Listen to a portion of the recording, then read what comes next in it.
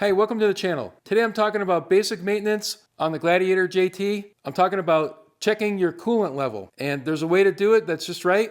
There's a coolant that's just right for it. And there's just a couple things we should do before we add any coolant to it if it needs it. Now, if you're the kind of guy like me that likes to do his own maintenance, then you might find yourself getting a little busy and you leave a couple maintenance items behind, or you just forget about something. I've had a really busy year and now I'm trying to catch up on all my maintenance items, and I'm making a video for each one of those maintenance items I'm catching up with, because I think it'll probably help out some of you guys out there, because you're probably in the same boat I am, where you get so busy and you might forget about something, not even realize it. Every Wrangler and every Gladiator, whether it's gas or diesel, takes the same coolant, and it has to be a certain spec. It has to be a certain kind of coolant. You don't want to mix and match coolants, because you start putting in a coolant that's not the exact designated coolant in this radiator, then what's going to happen is that 100,000 or 150,000 mile coolant, that 10-year coolant, is not going to be 10-year or 150,000 mile coolant anymore, and it may actually be bad for the motor. So it's a super important. It's not like the old days when you put water in your radiator, or you just kind of threw whatever radiator coolant that you had around, you put in there. It's a lot different now. The engines require certain specs on the coolant, just like with the oil. And I've got some of that antifreeze over here. I'm going to show you exactly the spec that it is. I want to tell you one of the reasons I think that I've forgotten to check really closely my coolant level. I'll give you a close-up and show you what I mean. First of all, you look under your hood, and it might be different on the gas models, but this is your coolant reservoir. Now, if you look at mine, you're going to see there's a stain here that's roughly the same color as the coolant. So I think what happened to me is I would look under my hood and I would look at that and I would think it was up to the max line, and not looking at it close enough, it wasn't. My coolant's down farther. It might be around the minimum, but I'm going to make sure it's at the max. I want the most. I live out here in the desert, and in the summer I want to make sure that I've got as much protection for my engine from overheating as possible. You might have had the same issue where you look at that and you see that stain, and then you think you got fooled into thinking that your coolant was up to that level. But I finally got some time to look closer at it. Now, the coolant I picked up, and you could go to Chrysler and you could get the Mopar coolant. That would be the exact right one, but this also is the exact right coolant. It's a Zerex purple colored G30 antifreeze, 50,000 miles, 5-year guarantee. It's 50/50. It's pre-diluted, so it's all ready to put in there. You don't want to put in just straight 100% antifreeze. You want it diluted. It's easier on you if you just buy the 50/50 like I did here. The way we know that this is the right coolant is I look through the list here and I can see Chrysler MS-12106. That's the specification we're looking for, and it wants to be OAT, that's organic acid technology coolant, and it needs to be that. There's other different types out there, and there's some that they call universal. Don't want to use them. You don't want to be mixing coolants. As long as you can help it. If it's an emergency, I guess you had to get somewhere and they didn't have the exact coolant, you could. Like I said, I've got this Zerex, and this is what I'm going to use. It matches the Chrysler spec, and it's the same color. Over here, you look at your coolant reservoir. Now, this is an easy job.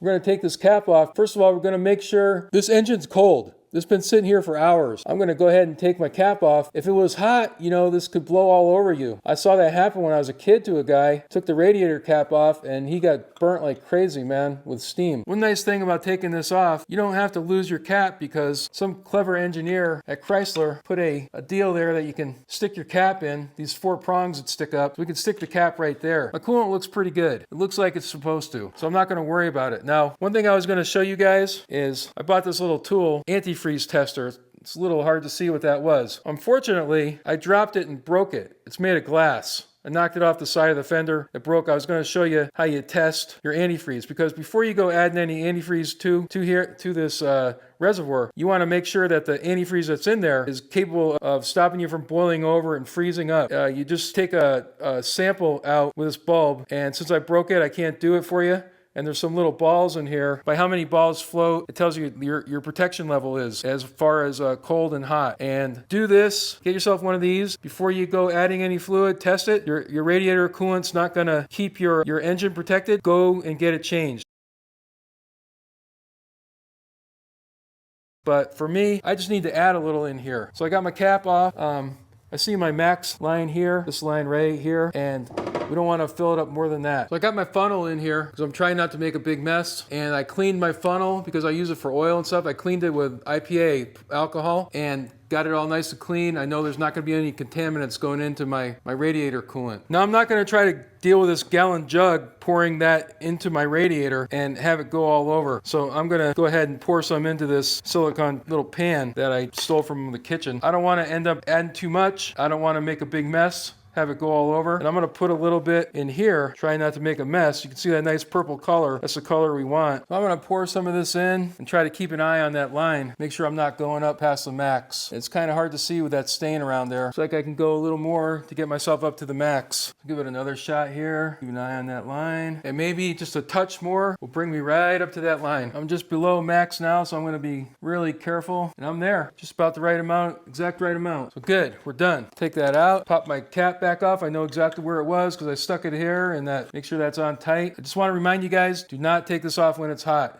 It could be a disaster. You'd end up in the hospital. In case you didn't know, one of the nice things about the Jeep is protect your windshield. You can fold your hood all the way back out of the way. So when you're working on your motor, you can get at everything real easy. I'll have links in the description for the products that you've seen in this video. If you use my link, I get a small commission, and it helps the channel out, helps me out, and it means the world to me to get your support. So thanks for watching. Leave a comment. If you appreciate the video, leave a thumbs up, and consider subscribing and checking out all the rest of the videos I got. I got DIY videos, I got adventure videos where these Jeeps actually go out and we do stuff with them instead of just sitting in the garage. So thanks a lot for watching, and I will see you on the next one. And don't forget, on Muddy Ruttzz, the best is yet to come.